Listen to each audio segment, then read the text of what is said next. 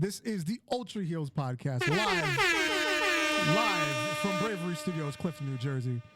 The luxurious studios of Mr. Bravery. Mr. Gnarly Marv on the boards, as usual. What up, guys? I am Darth Messiah, the dark side savior, always on his worst behavior. I don't get hard, I stay hard. Mr. DM, catch me in your mama's DMs. And you, sir, are... Mr. X-Man Damn is not a sham or a scam. It's the real X-Man Damn on Instagram. Follow me, fam. Yeah. Mr. Ladder with a weak bladder. Uh-huh. Mr. Turnbuckle with a bloody knuckle. Mr. $5 Phillip. Mr. Milk for two, but it's really for one. I'm Schmacked Power watching SmackDown. Can I use your WWE information and your Disney information? Yes, I'll just say yes. Good. Mr. Razor Cabron. Mr. Pike, your wife. Oh my. Mr. Short, X-Man Damn. And how's my Ultra Heel fams? Well, of course, I'm on vacation, because that's what I do. Mr. Steal your vacation time. Facts. So how's that vacation like, Darth? Good and bad. I've ate all kinds of crap food this week. I've probably gained like 10 pounds back. That's fine. It was That's Thanksgiving, man. It's cool. Yeah, on top of Thanksgiving and then going on vacation, I haven't eaten like anywhere near healthy since last Wednesday. Come on, man. You got to get your cardio up, bro. Yeah, that too. I've done like zero exercise in the last week too. So, what's up with you? What's going on? What's going on with you, Marv? I mean, same rocks, different socks. You know, studio life, creating, setting plans for next year, and staying gnarly. You know, That's what I want to hear. My week was a little bit too much. I hate the snow. Oh, yeah, you probably got a ton of snow. Yeah, we got like 12 inches. Damn. And ice, but it melted pretty quick. By the next morning, I didn't have snow in my yard. I didn't have to clean my car. Yeah, it snowed one day over here. It was gone the next. I threw out some salt just to melt the ice on the sidewalk, but there was like basically nothing left, and then my car was pretty much clean. Snow melts as Darth walks down the street. I have to shovel like twice. Damn. Yeah, I didn't shovel at all. It's just heavy as fuck. Yeah, it was that wet snow. Shit hurt my back. But was it yellow snow? And it hurts my wrist. Was it our snow? Everybody wants. What does everybody want? Head. What does everybody need? We so didn't get that as kids. No, we didn't. No. Of course not. We were just in awe that he had a doll head. A mannequin head, yes. Yeah. Mannequin. Whatever you want to go. But now we all want some head. Yeah. We all need some head. It's about that time. And speaking of heads, SmackDown last Friday night. How was it? The head of, I guess you would call the SmackDown locker room, Roman Reigns, defeated Bobby Roode with, even though he was trying to get some help from King Corbin. It was nothing special. It basically, Roman came out beforehand. He cut a promo, telling the crowd Happy Thanksgiving because the day after Thanksgiving. And He got interrupted by Bobby Roode and Dolph Ziggler, who was wearing a very snazzy SmackDown baseball cap, by the way. Which looks pretty good. Yeah. On him. He looks like You know what he looked like? He looked like a young Paul Heyman. I was about to say that. Like he's on his Paul Heyman shit right now. He was like in shape Paul Heyman from 95. I don't think Paul Heyman was ever in shape. This is true. He's always been the walrus, as they call him. Walrus. Yeah, they call him a walrus. Yeah, definitely feeling that fitted. And it's a new era fitted too. No, it was a snapback. Dude, fitted, well, yeah, new era snapback. I don't know if it... But it definitely had the new era logo on the side, so they're pushing that. I wonder if that's on the shop. That was probably custom. I don't think... I don't... Well, maybe WWE does have a new era deal now, I guess, because, they're a sport because they're on Fox. They have to have a deal, man. You got to start selling those. But they have their own merch, so they don't really need new era. The only thing you really get from new era is like the, we're the cool brand of hats. Yeah, like to be honest, I don't think I could see myself buying a Roman Reigns new era fitted. Huh. Maybe Brock Lesnar. Hmm. I don't think anybody has a cool enough logo for me to wear. I Yeah. actually found the hat on the website. Oh, they It's do What's have it it. going official. for? It's $24.99. They only have it in blue right now. Well, it's a SmackDown one, right? So yeah, Yeah, so it'll only be in blue. yeah, So it's only the SmackDown one. yeah. That's pretty legit though. Show it to you guys now. Ooh. Oh, it is new era. Holy smokes! Yeah, that's lit. So it's a mom and pop hat. It's not like a snapback. It's a sports cap is what they call them when they're bent like brimmed like that. Yeah. Yeah, but It's a I'm pretty sure it's a 940 snapback hat. though, not a dad hat. Yeah, yeah, It's one of those golfing hats. Yeah. yeah. Yo, shout out to George F on the chat. Yeah. George Joseph is consistent. Yo, he is. He wants to rock a raw fitted. He's the man. The next match was Mustafa Ali versus Drew Gulak. This was pretty solid. Oh yeah, it was like just like back in the day when they were doing the cruiserweights, like they were showing everything that they had. Oh my god, the 450 splash, dude. Oh yes. Amazing. Next up, Lacey Evans confirmed her babyface turn in her promo against Bayley and Sasha Banks. Basically, it's setting up Tribute with the Truth because obviously Lacey Evans is a former Marine, so they have to make her babyface for Tribute to the Truth. She can't, be out there cutting a promo on the military. Right. So that was that. Nikki Cross took on Sonya Deville. Little Miss Bliss is back, helping out her former tag team championship buddy Nikki Cross.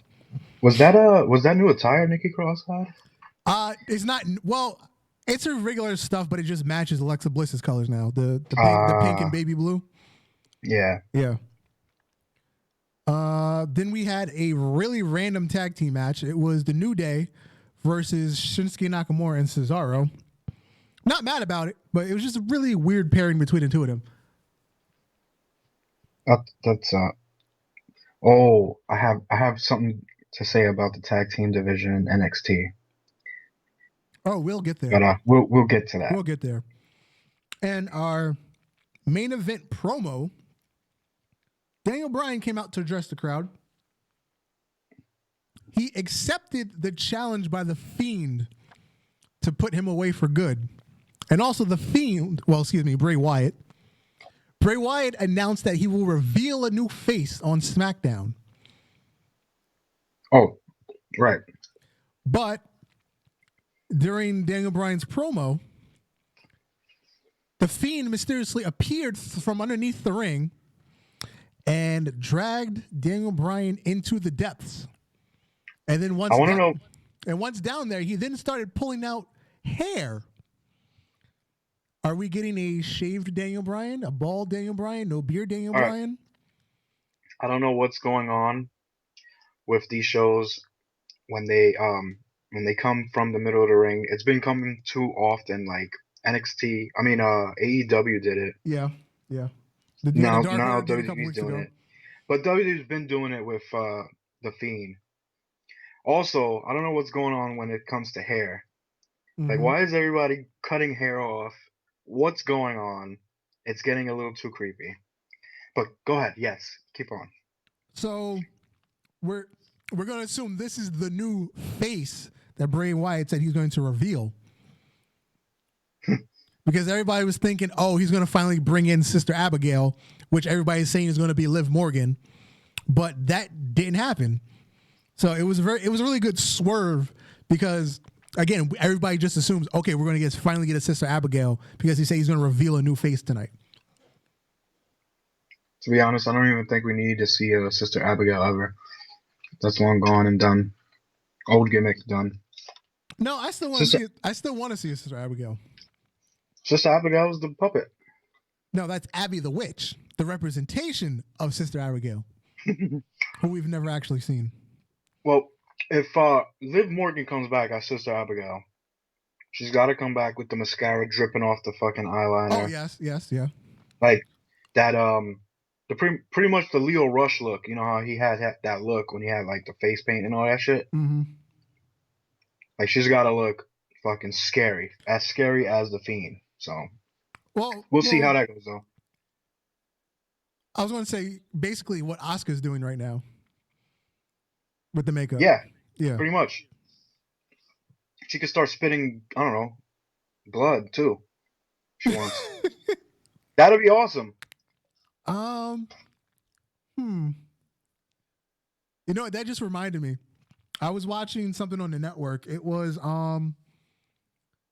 what was that? Which show? It was the show So My Kid Is a WWE Superstar, and it was on Alexa Bliss. What the fuck? No, they're doing it for a whole bunch of people now. It's good. That is a good series. They're interviewing the parents of the wrestlers. Yeah, so growing up and all that stuff. Oh, I thought like they're kids, like little kids. No. It's the current superstars' parents are being interviewed. So it was on Alexa Bliss. She was talking about how when she first got her gimmick in NXT, she wanted to throw fairy dust. Anthrax. So the green mist or whatever. Yeah. She wanted to have like a pocket full of like fairy dust, and she just blow it into her opponent's face.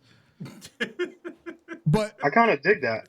But it would still be a heel thing because the ref turns their back, you spit the dust into the face, and now they're distracting you, just roll them up. Dust of bliss. Let's get it. Book it. Mm-hmm. Bring it back. That was that episode with Alexa Bliss's family was really, really, really good. I think that's the one that touched me the most because she was going through a lot growing up, like with eating habits and all that shit. Yeah. Trying to keep her weight up and trying to be a gymnast. And then she ended up turning to bodybuilding. Right. Which is crazy because of how small she is, but she was jacked. It's pretty inspiring. So definitely check that out if you have the network. Yeah. Kicking off Raw, a little bit of news about Raw. Tell me. Dio Madden is no longer on commentary for Raw. At all? At all. He for the foreseeable future until we're cleared for action, Samoa Joe is full-time commentary. What? So he's really playing it off, huh? Until he's cleared for action, Samoa Joe will do commentary. For all we know, he might keep doing commentary after that if they don't have a storyline for him. If I was him, if I'm staying on TV, I'll do this. If he keeps doing TV. To be quite honest, Samoa Joe does a great job on the mic, surprisingly. I think he's better than anybody working for W right now except Nigel and Morrow. So he's like the new Taz, right? Yeah. Yeah, he has the credibility. He has the charisma, the personality. The charisma. Yeah. And you can't tell him shit. Yeah, you can't. So now, mind you, I want him back in the ring, but he's doing an amazing job on commentary. So Dio Madden, he wants to start wrestling again. He's back at the Performance Center. Oh. So Brock Lesnar putting him through the table and him selling the injury was a way to write him off of TV. Ah. Because he took the job for Raw after the most recent brand extension. But after being there for 2 months, he said, this isn't for me. I want to get back in the ring. I want to keep training. If I fail, I fail, but I want to do what my dream is. And plus, that's a potential storyline later in the future with him and Brock. Maybe he could cost Brock Lesnar a match. Yeah, right. Let's be real. It's Dio Madden. You never know, man. It's not like it's Keith Lee. It's Dio Madden. He might be the next Roman Reigns. Yeah, no. Dreadhead Roman Reigns. Yeah, I'm going to pass on that one, buddy. Dio. All right, let me stop. All right, Raw. Monday Night Raw. Oh, of course I lost the freaking tab. Sorry. The show opened up with Seth Rollins apologizing to everyone for what happened to last week's episode. With Kevin Owens.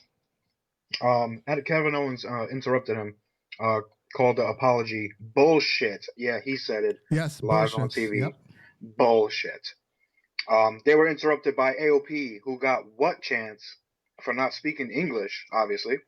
They were speaking Hindi and what's the other language they speak? Arabic. Okay. So both Rollins and AOP bailed, and Owens challenged someone to fight him. Lashley answered. No. Lana answered. What? Lana answered. Oh yeah. And then obviously Bobby came out after. Yeah. So. Long story short, shitty match. Kevin Owens won, but after the match, Rusev showed up once again, breaking his order of protection from Lana. Attacks Bobby Lashley, but during the whole match, Lana had security guards or like detectives with her, police agents or whatever. Mm-hmm. So after the Rusev attack, she's yelling at the cops, "Why didn't you do anything? Why did you let Bobby get attacked? Rusev's not supposed to be here." Bobby Lashley walks past the cop. He hits him with a shoulder, gets arrested. Lana gets mad, slaps the cop. She gets arrested. And did you see the mugshots? No, sir. You gotta look them up. They're pretty funny. So, what do you think about this storyline? Kicking off Raw. To be honest, last week it was great because we saw like the psychopath in Rusev, and I love that. I like the fact that they're letting Rusev wear regular clothes. First of all, he is a fly motherfucker. Last week he had on Yeezys and shit, matching all that shit. Yeah, and this week he's still wearing what he likes to wear, and I don't know if somebody's like actually fitting him up with fits. It just makes it seem real. Probably he doesn't give Lana's a fuck anymore. Because she's a model. Lana's the stylist backstage, imagine. But I'm not a fan of this like role of let me steal your beer and let me I got your girl. Like, first of all, it went on for way too long, but no, see, I like it because it's so stupid, and they're so committed to something so stupid, and it's funny. It's not that funny though. Yes, it was mad funny when Rusev was just like yelling and shit after he got arrested last week. That shit was funny. Yeah, because he looked crazy, but. Because when Lana cuts the promos, she just starts going off the deep end, and it's just hilarious. She's ditzy. She's real ditzy. Like she's not really built for long promos like that. Yeah, because like when the week she announced the protection, she said he can't be within 90. What was it? She said first he can't be within 90 years of me. Then she said he can't be within 90 days of me. 90 minutes. Huh? The 90 years, that was intentional? Okay, she was supposed to say the wrong thing and then correct herself, but she just completely said the wrong thing. She said he can't be within 90 years of me. She was supposed to say 90 feet because 90 feet is such an odd number. Because when you get order protection, 90 years is funny as hell. No, but she was supposed to say 90 feet because it's such an odd number. Because if you get a protection, you get it for 100 feet, you get it for 50 feet, 75 feet, not 90 feet. That's just a weird number to say. Okay, the judge is going to say, okay, you can't be within 90 feet of this person. It's just a weird number. But even 90 years is like, what? What? Yeah. So she botched an intentional botch in the promo. That's basically what happened.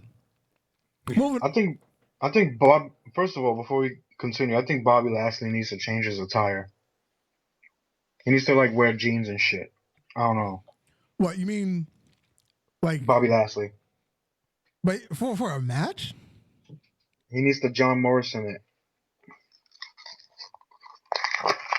Nah, because he's like him being a heel. I don't believe it. I guess because the way he's being presented, he's not a serious heel. He's just I'm an asshole kind of heel. No, he needs to be more of an asshole. I don't know. All right, moving on. Drew McIntyre took on Akira Tozawa, and then post match he challenged Randy Orton after their little back and forth thing last week during the tag match. Yeah. Saying Randy Orton's he's a has-been. You used to put fear in people's hearts. You don't do it anymore. It's true. Yeah, basically. Lately, Randy Orton's been like more of like whatever. I just got my 5-year extension. I really don't give a fuck. I'm just here to get paid. Basically, he's Carmelo Anthony in it. Word. So during said promo, Randy Orton comes out, and then he gets attacked by the OC. And who comes out to help Randy Orton? None other than babyface trio of Rey Mysterio, Humberto Carrillo, and Ricochet. So we have like this weird sort of babyface Randy Orton, but he doesn't want help from the other babyfaces.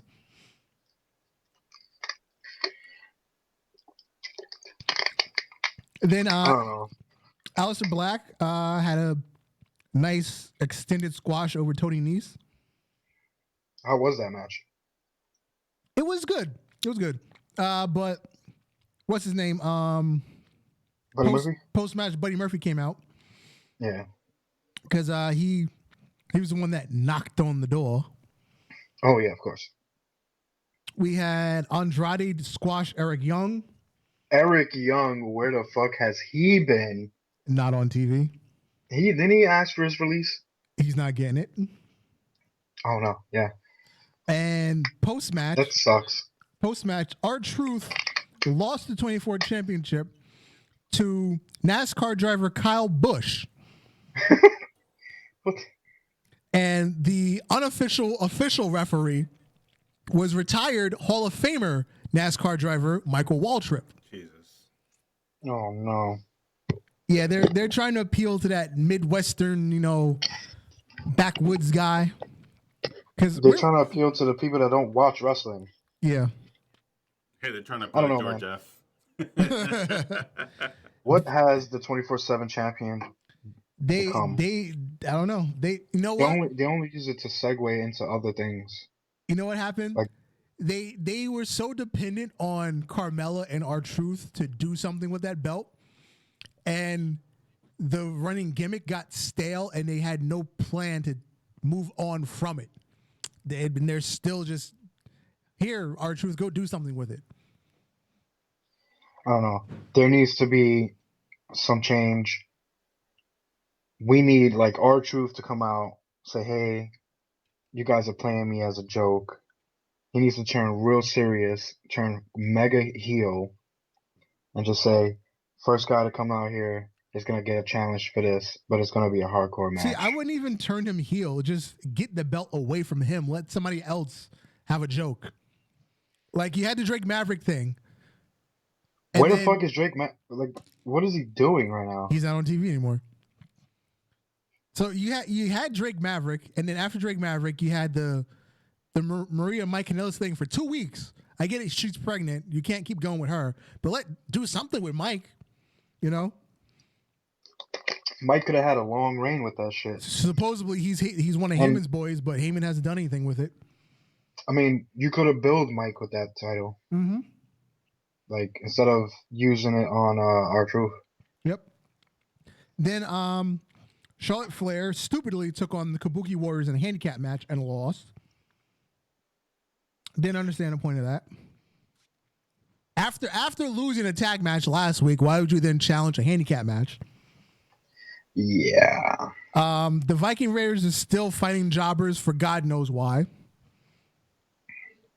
And then our main event. Gotta give the jobbers a chance, man. Local. You never know what might talent. stick, like the chinless man. The one chin wonder. the sweet chin music. Chinless music. Chinless music. Our main event was the OC taking on Rey Mysterio, Ricochet, and Humberto Carrillo. Carrillo. Roll those R's. Carrillo.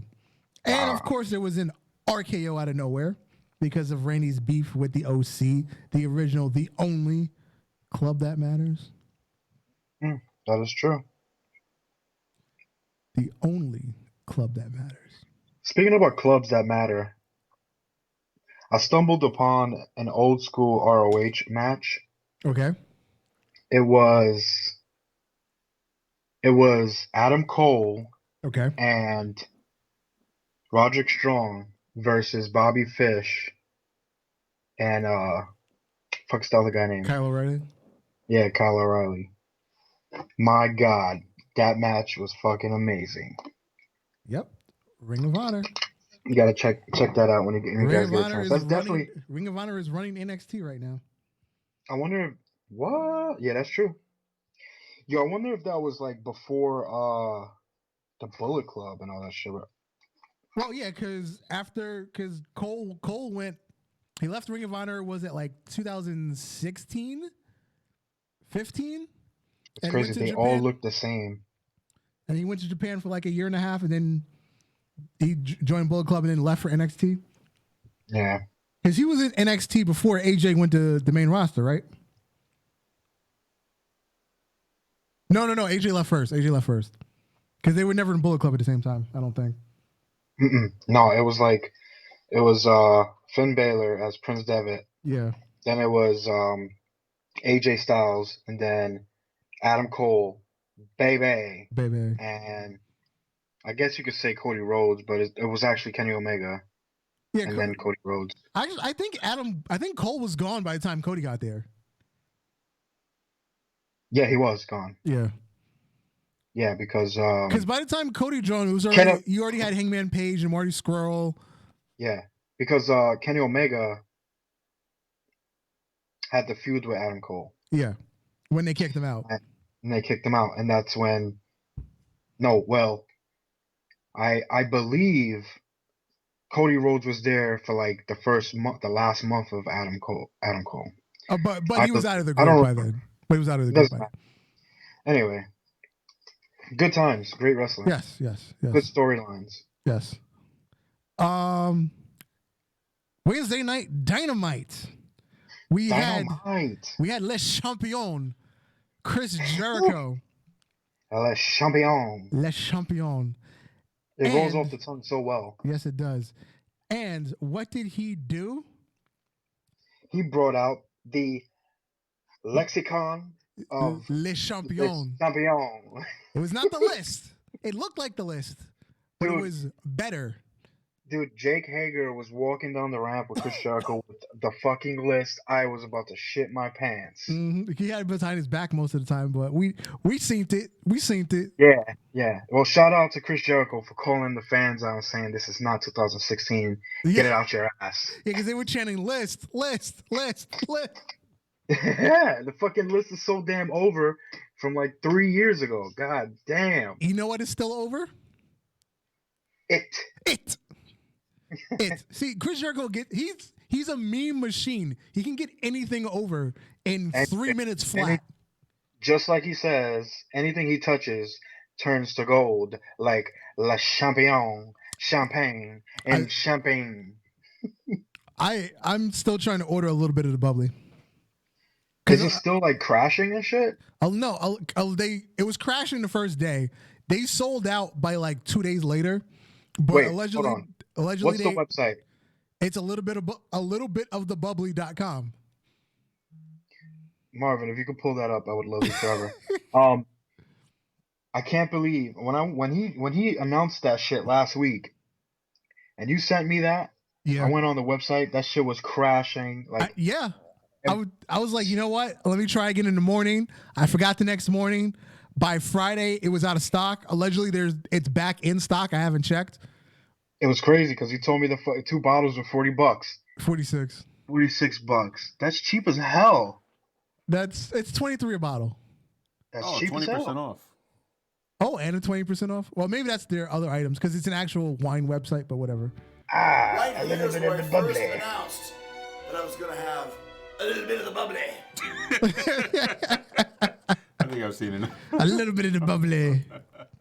Yeah, so far they've sold 12,000 bottles of a little bit of bubbly in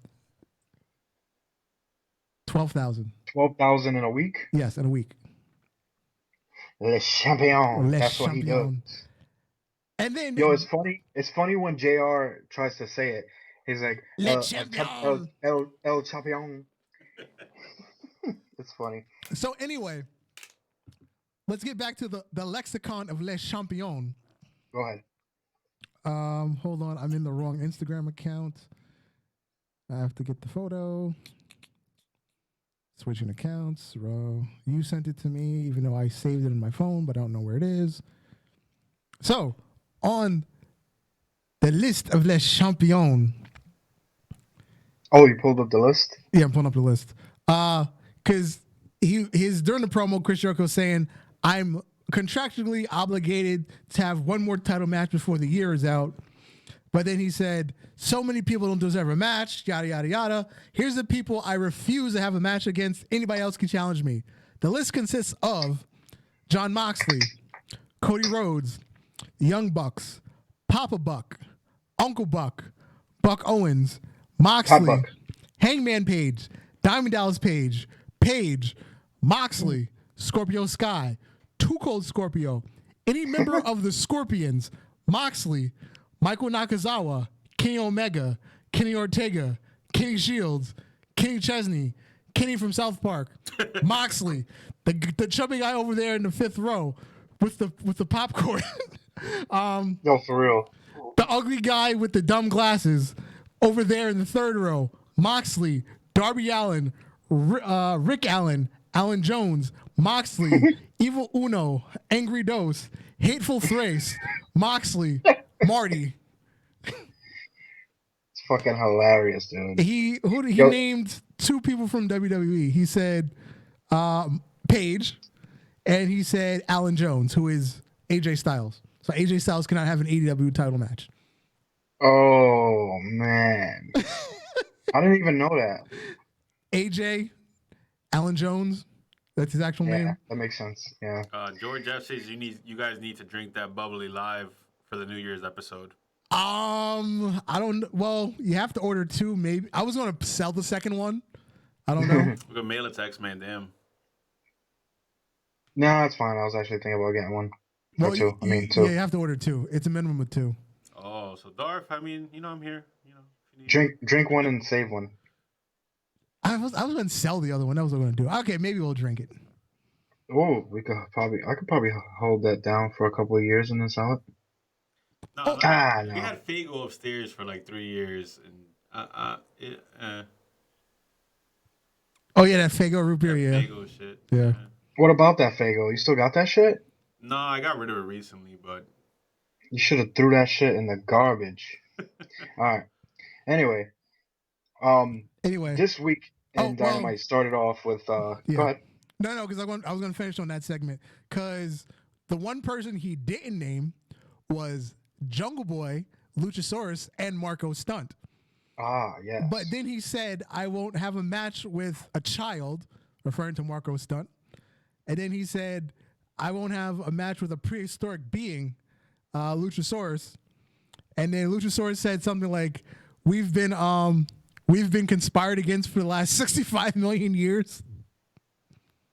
Yeah. Dude, I popped as soon as I saw that they came out because in my 2K game, in my universe, I got the first rivalry that started with AEW was Chris Jericho and Luchasaurus. So I was like, my fucking universe is actually happening. Okay, here's the quote. We've been marginalized for over 65 million years. That guy is amazing. He is so over and it's like, it was so unexpected. Like, yeah, he's mad cool, but he is so over. He cannot take that mask off, ever. No. He can't. They cannot do a king with him. Have you seen him on Big Brother? No. You got to see the episodes with him and Big Brother. Okay. Without his mask on, I mean, it might kill the fun. No. I've seen his backstory when he was with NXT, so I know who he is. I know his face. Oh yeah. He was talking about that on Big Brother. It was pretty cool. I had to look it up because I really wanted to see his face and shit. So, but after that, we'll go back to the beginning of the show where you were. We had the 3-on-3 match. Dustin Rhodes and the Young Bucks defeated Sammy Guevara and the Proud and Powerful. So Rhodes and the Young Bucks won with a double Meltzer driver off the top rope, double stomp into a senton into Guevara. Oh, shout out to Guevara. He did that fucking was that splash, that 450 splash, No, 450 the splash? 630 senton. 630 senton. It was fucking like horizontal and everything. It looked amazing. He almost botched the shit out of it, to be honest. No, I don't even say it was a botch. It was maybe he came up. I think he landed in the middle of Dustin instead of like on his shoulder. But I wouldn't really call it a botch. He kind of fixed it in midair because he was kind of going sideways. It looked really good though. Well, that's the thing about moves like that. Most of the time, it's not a direct spin. They purposely spin sideways so they can. If they're missing, they're gonna miss. They miss in a certain directions to prevent injury to the person laying there. Yeah. But the camera angle that they shot it from, which reminds me of something else I got to say about AEW. That's just bad camera work on their part because like they're still missing a lot of stuff in matches. They don't cut the camera at the right time, or they do it from the wrong angle, so you're at the back of the person instead of the front of the move. So one of my issues with AEW, they have horrible audio mixing. Oh, this week in this. No, not just this week. This week was really bad, but it's been an ongoing. I didn't even notice. It's been an ongoing thing since Double or Nothing.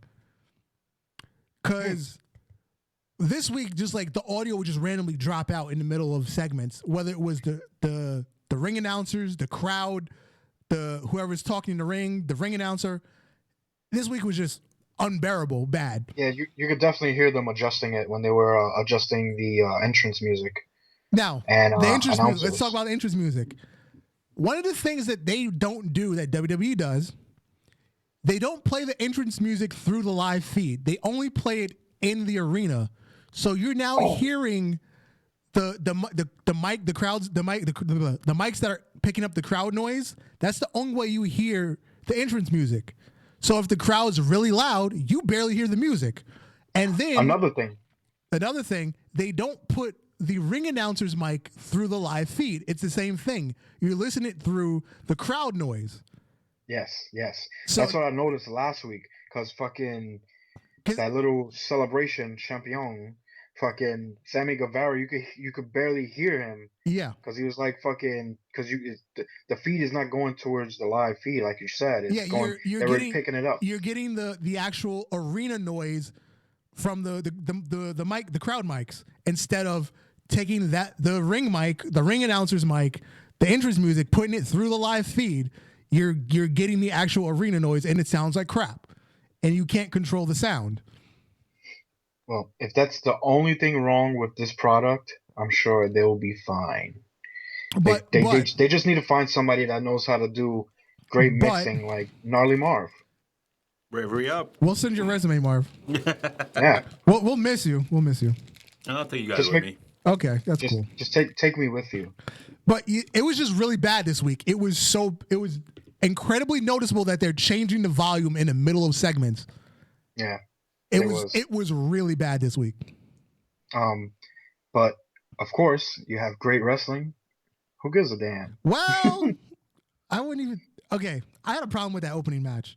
It wasn't a good match. It was a good showcase of skills because it wasn't a match. It was just moves and then a pin.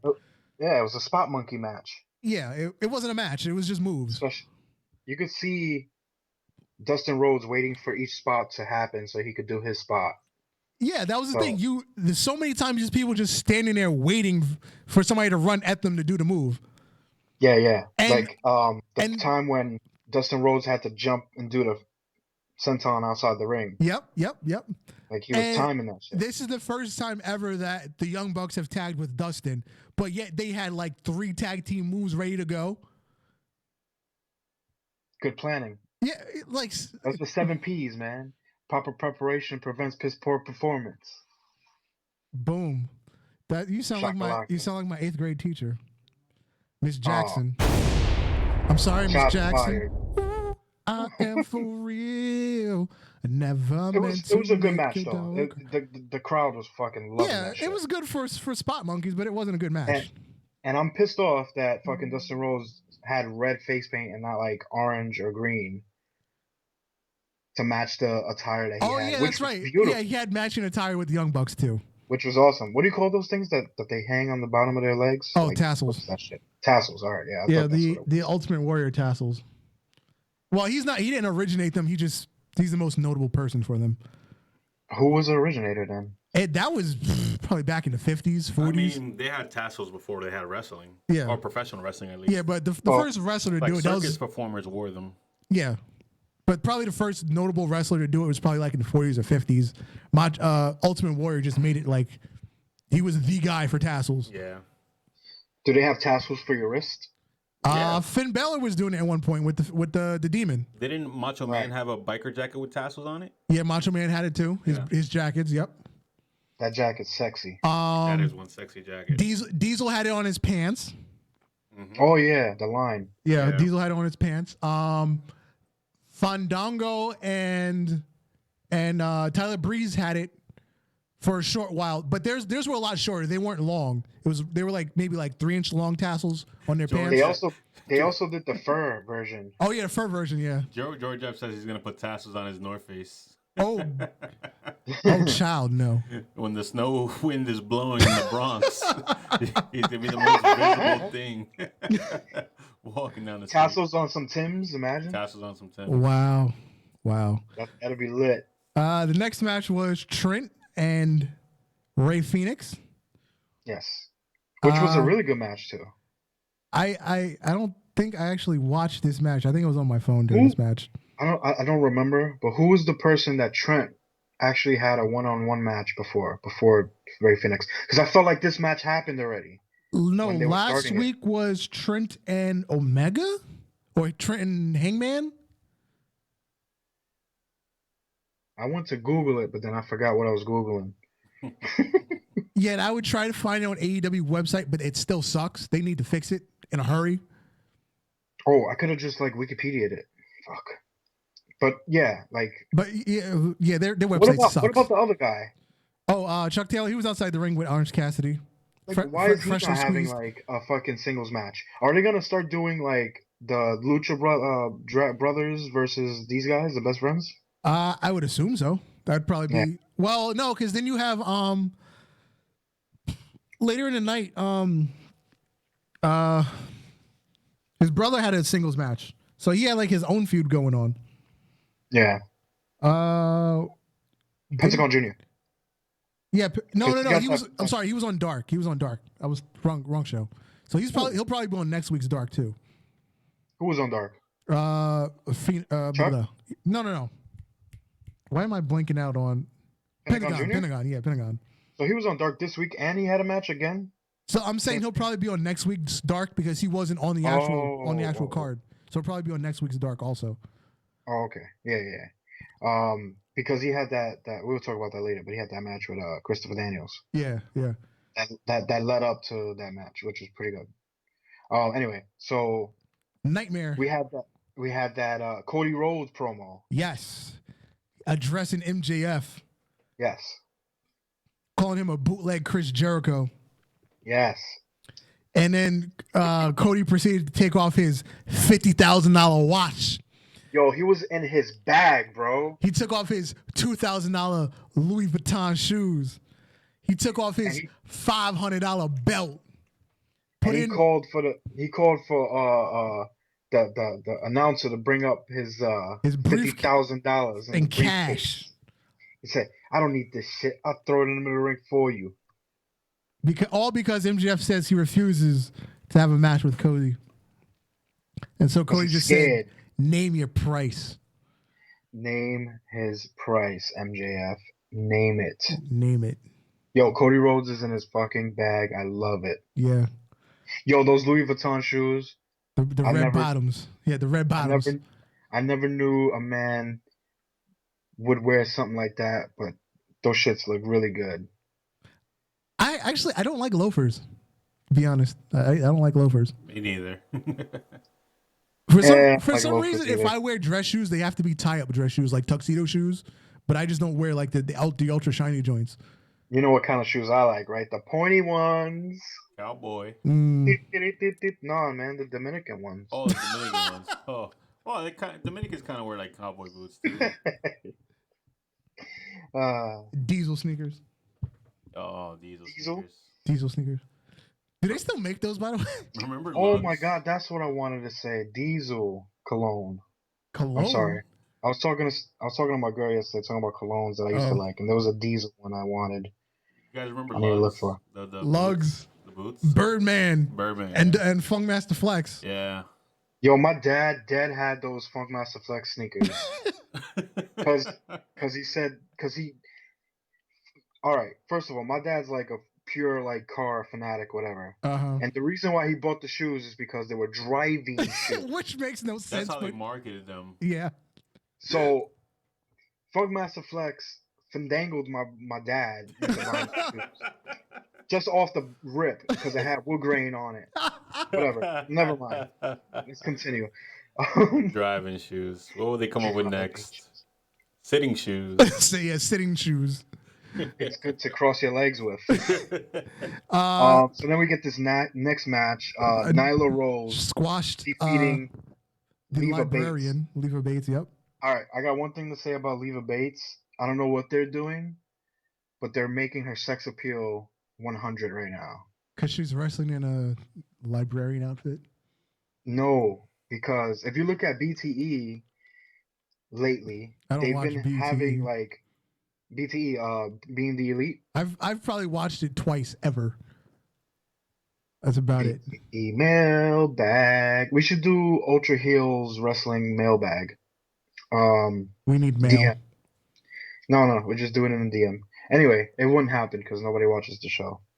Unfortunately, yes. Well, anyway, yes. Anyway, so like if you watch like BTE, like they had, I don't know who it was backstage that she was talking to, but she was flirting with them, and then like they came back to them talking again, and it's like the guy was like really wanting to like hang out with her. Anyway, last week in BTE, they had the fucking the Inner Circle like sitting down, literally listening to her read a book, and they were like, I don't know what it was, but she had a skirt on, and it kind of seemed like they were just sitting there to stare look at up her legs. skirt. Yeah. So they're like trying to push the sex appeal with her, with Leva Bates, and it's working.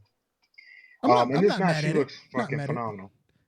Even though she lost. She's all right in the face. No, wait, whoa, her face. Hold on. She's all right in the face. If you look at her from the side, she's got like this thing going on that goes straight down.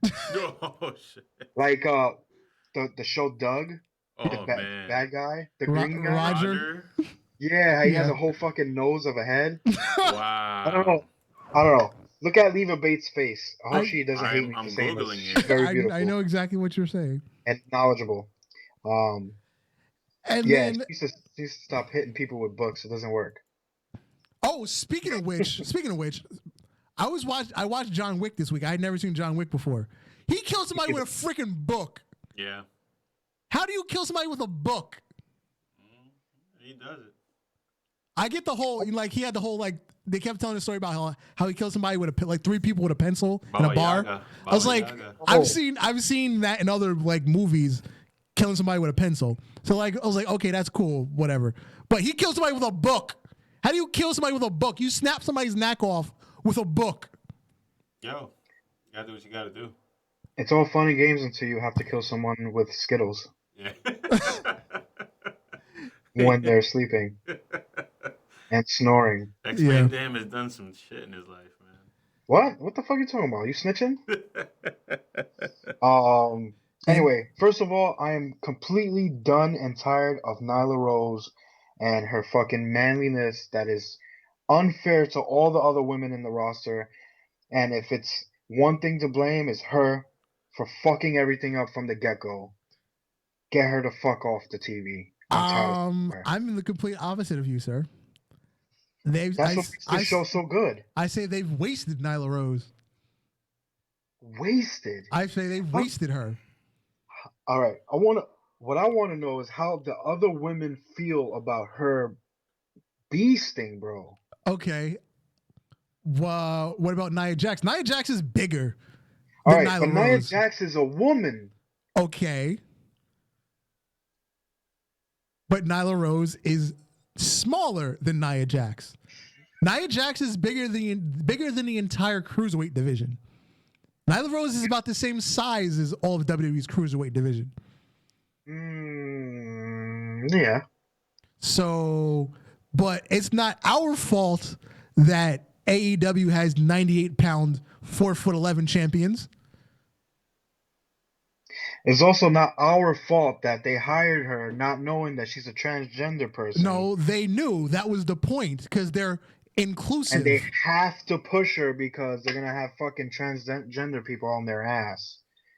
It's not even about that. I'm in favor. I like her style of wrestling. I think she's a good wrestler. They dropped the ball with not giving her the title from the get-go. That's the only thing. Okay, thank you. Now we agree there.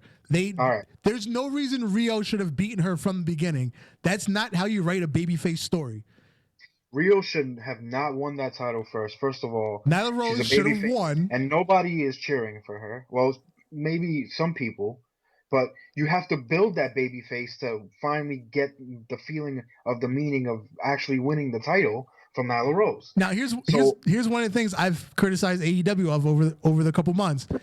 They don't give enough backstory to the characters on their show. If you don't watch BTE, or if you didn't know who these people were before Dynamite started, you picked up in the middle of a story. Yeah, but I got one thing to say about the women's division in AEW. They actually tried this week. They actually tried.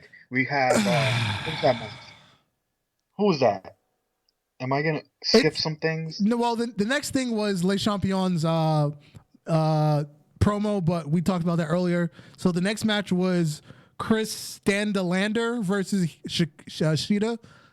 I went to the bathroom, which is what I do during AEW women's matches. I go to the bathroom. It was Chris Statlander defeated Hikaru Shida. Now this match, I went to the bathroom. Awfully long. It was an awfully long match, but the match meant something. It was good. All right, yeah, we saw Hikaru Shida before. She's pretty cute. She's awesome. She's all right. She's also old. You said old? She's old. She's pushing 50. Get the fuck out of here. She's a trainer in Japan or China, wherever the hell she's from. She looks like she's about 23 years old. No, she's in her 40s.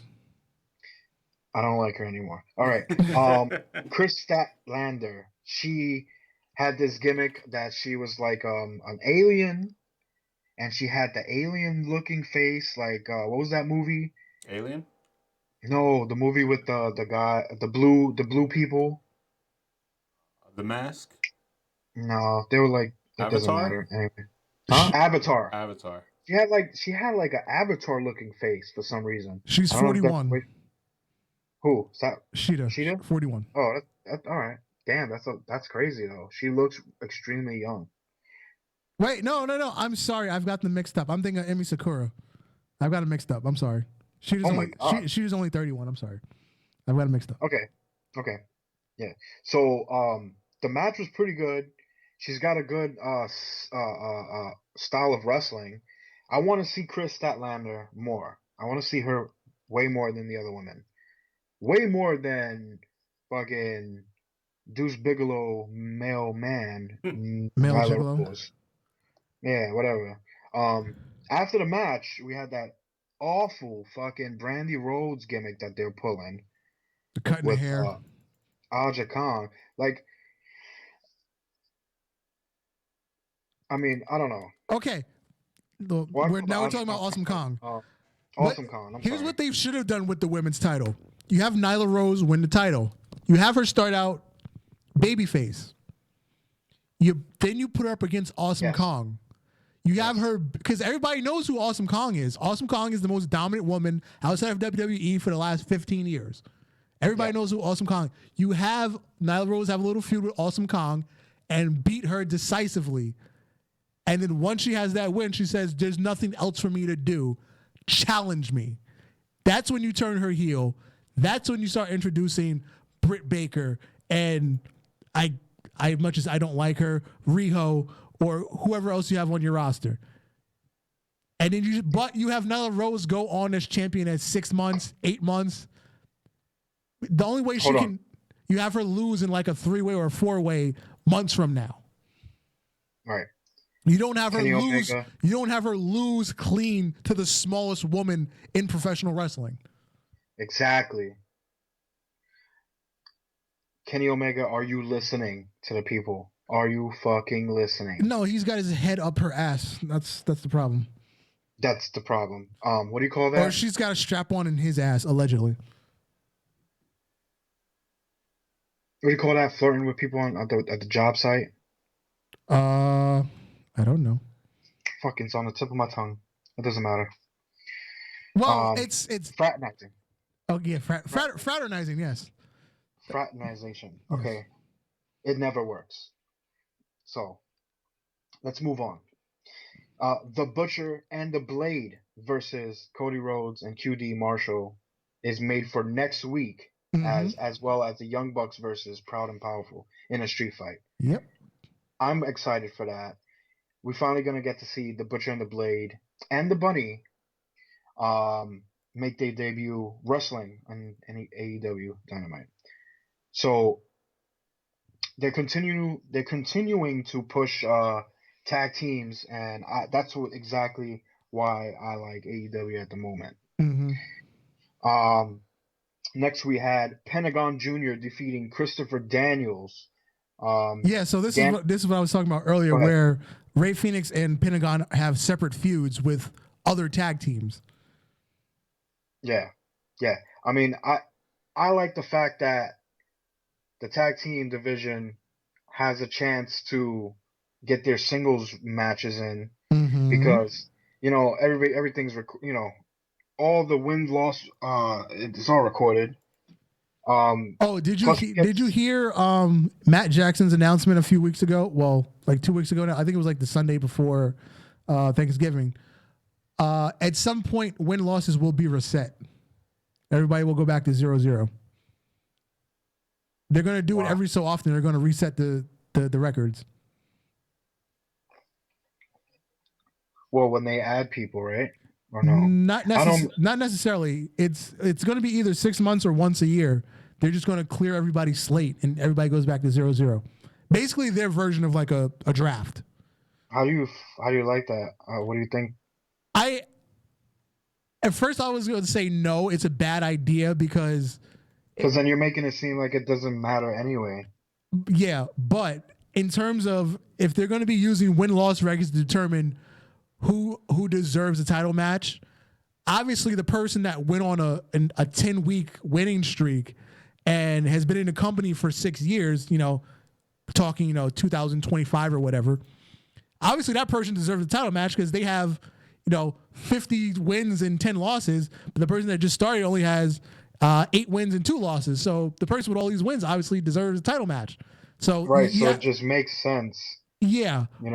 Because when they add new wrestlers and stuff like that, it just makes sense to just after a while. So I'm okay with them resetting the win-loss record, but they also have to introduce what is this person's career winning percentage. That's what they have to keep. All-time career. Yeah, okay. Like if they're doing seasons. So let's say 2022. Sammy Guevara is 15-9, but his career winning percentage is only 51%. Yeah. Something like that. It makes total sense if they do season 2 of AEW Dynamite. Yeah, basically, yes. Season 3, we're starting off. Yeah. That I understand that. That makes sense. Yeah. But the important thing is, like I'm saying, they need to still announce what the person's career winning percentage is. For total perspective of, okay, obviously this person's been here longer, so where do they actually rank among other people that have been here for 3, 4, 5 years? Right. And just like Jon Moxley, I do not understand the unsanctioned matches that don't count. That shouldn't happen. Because it's outside of the rules. It's outside of the rules, so they can't count it as a match, so therefore it never happened. First of all, how many matches in WWE has not happened but happened? But they have no explanation for it. At least in AEW, there's an explanation for the match that never happened. Right. Okay. So, are they gonna have like a tally of like certain type of matches? Well, as for now, they're only doing they're dividing it into singles matches, doubles All right. matches, and other. Let me just rephrase. Wait. All right. First of all, AEW's only had singles regular matches and tag regular matches. They never had anything crazy yet. 6-man tags and 8-man 6-man tags. tags. No like other type of match besides like Iron Man. What well, they've had a bunch of battle royals. So battle royals goes into the other category also. And so, all right, so they're categorized. So okay. Anybody who hasn't won a battle royal has an extra loss added to their record. But meanwhile, Hangman Page has 2 extra wins. MJF has an extra win because they've won the battle royals. It's kind of weird to say that AEW hasn't had that many different type of matches, and is still good. But that's just the thing. They've had unsanctioned matches, and I think they've had 2 ladder matches. So right. There you go. I was just thinking like, there's no way these guys only had regular type of matches. They've had a singles ladder match and they've had a tag ladder match. I totally forgot about the tag match. But that kind of match still just goes into their regular win-loss record of singles and tag. So the match with Darby Allin, Joey Janela, and that fucktard with the fucking staple gun. Oh, Jimmy Havoc? Yeah. That match that they had counted as a win-loss. I think, yeah, it counts on the record, but that goes into the other category. And what category is that? It's just other. It's any other type of match. Like that's where the losses for the battle royals go, and the 6-man tags and the 8-man tags. It's because when they show you all the records, it's singles, tag, and then other. Yes, that makes sense. And then they give you the overall total with all 3 categories put together. Isn't it like a fresh breath of air, like actually seeing someone's win-loss record? Like just seeing that, it feels good. Yeah, because it's just me. You know why? Because Cody brought up the Goldberg streak, 183-0, which was only about 110 matches. Yeah. Because once they realized the streak was happening, which was somewhere like in the 40s, they just started saying, "Oh, there was a house show. There was a house show. There was a house show." So he went from about 40 to 80 in like 2 months. Yeah. They were just pushing that shit. Yeah. I don't know. What do you think about that Jon Moxley and Joey Janela match? Please miss me with anything Joey Janela. Yeah, you lost him already? I mean, you never was a fan of him, Please miss me with anything Joey Janela. I don't know, man. I like Joey Janela when he's like funny. Like he's a fucking comedy act. Him doing like crazy matches. I'm fine with him being a comedy act. I'm fine with him being a crash test dummy. Don't put him in a real match. Throw him through fucking 5 tables. I love that. With barbed wire. NXT. Keith Lee and Adam Cole that was our main event, right?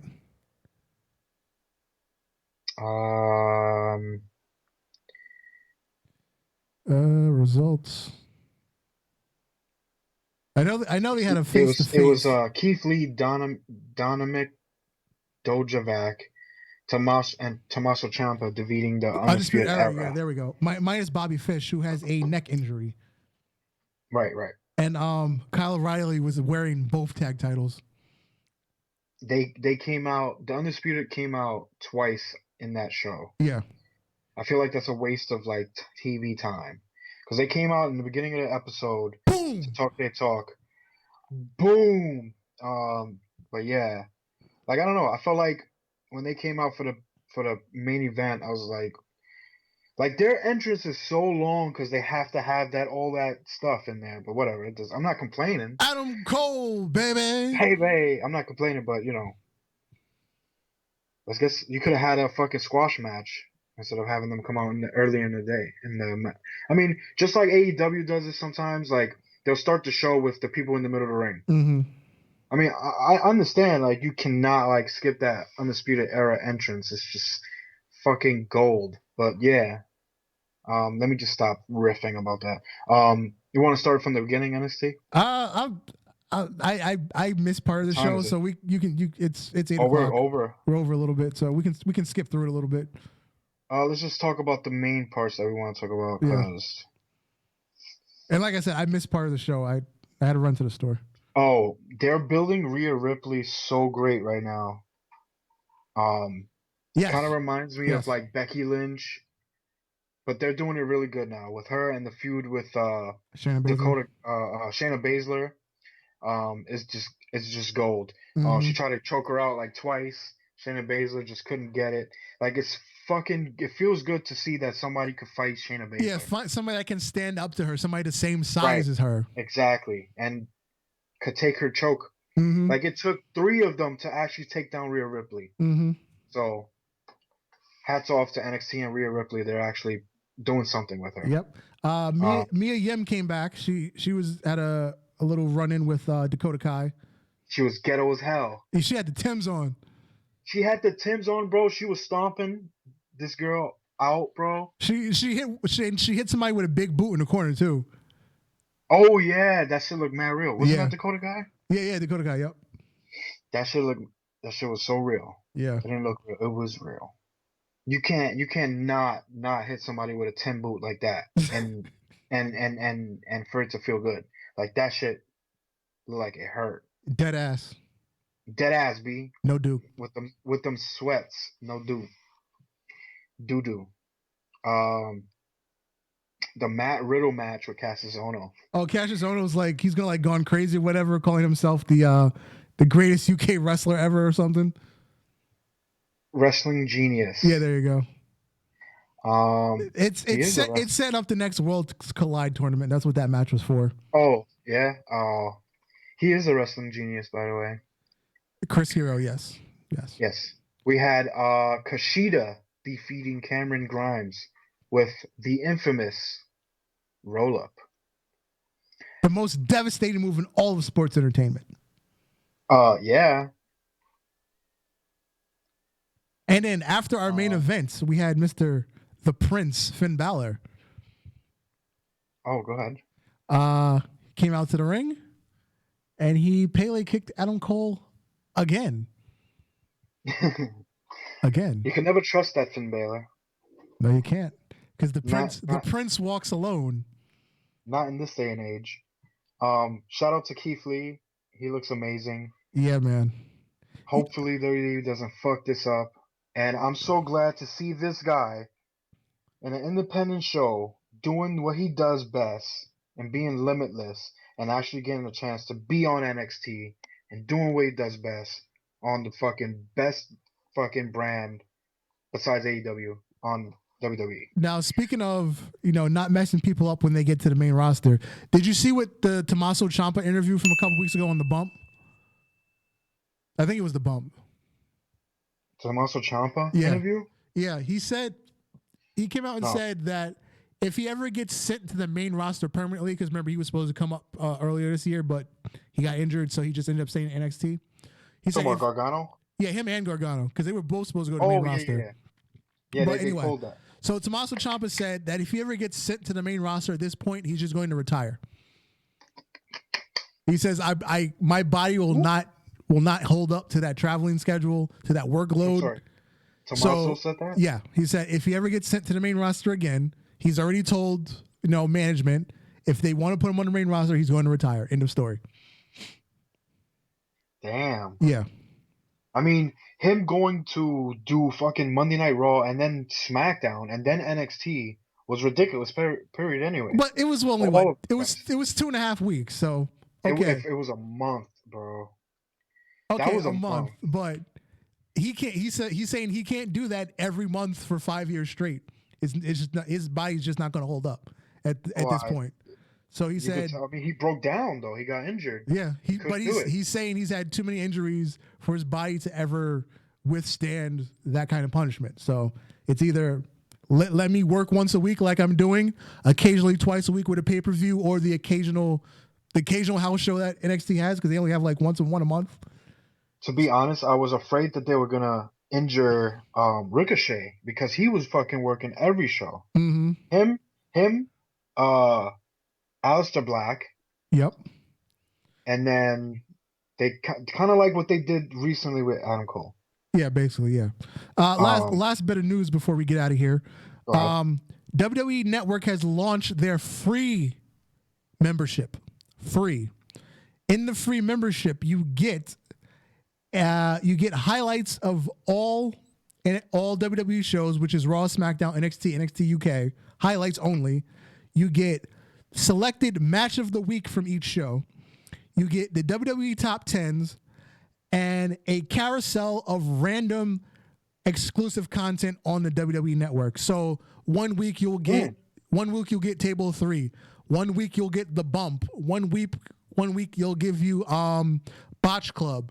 So you'll just get a random free episode every week from the network. You randomly get a bump. That's good. However, everything else on the network is visible. Pay-per-views, old pay-per-views. It's all visible, but you can't watch it, which is the incentive to, I know, I kind of really want to watch this match from 1995. Maybe I'll subscribe this month. And now that's marketing. Exactly. Somebody's actually doing it right. Right. So you can sign up for a free account to watch, like I said, random stuff and highlights. And you can look at everything else. You can read the captions of everything else, but you can't watch it. You can't touch it. Yep. That's good, man. That's fucking good. Yep. Anything else from you, sir? I'm not a news person. I mean, I have so much to do all week. I'm barely even like. Where's Alex the Hill when you need him? Yeah. Yeah. Well, this week was pretty good in wrestling. This was a good show. Thank you guys for having me again. Always, always, always. So, we bring us to the end of another episode of the Ultra Heelz Wrestling Podcast. Yeah. Find us on Instagram, Ultra Heelz Wrestling. Subscribe on YouTube, all that good stuff. I've been Darth Messiah. I have been X-Man Dan and Gnarly Marv on the boards. Gnarly Marv on the boards. And we are out.